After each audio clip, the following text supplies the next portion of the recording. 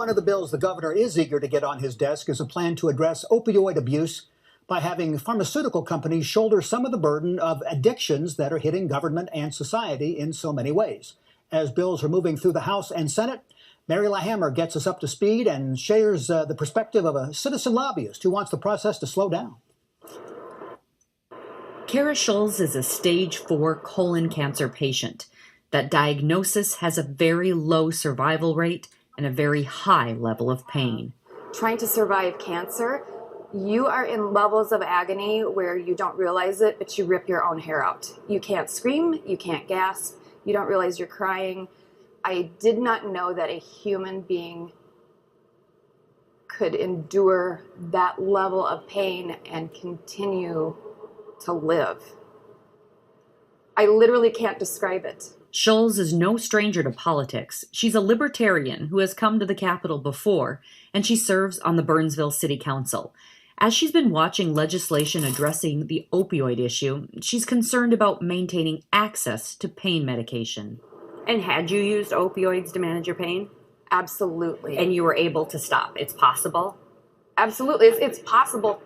I am getting contacted by so many people and hearing what they are going through. And I can't abandon them like they have been abandoned by our legislators.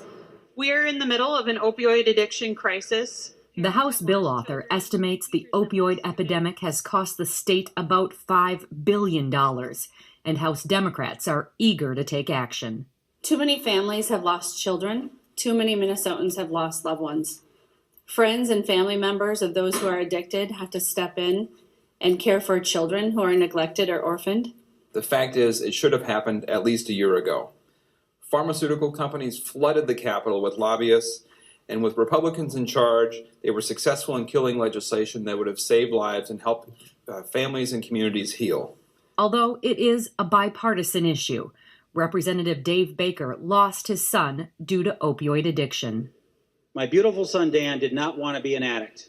He certainly didn't want to leave his family, and I'm just really, really proud that Minnesota is going to lead the nation, and I'm happy to share with other legislators around the country when we get it right and signed by the governor. This is a David versus Goliath story.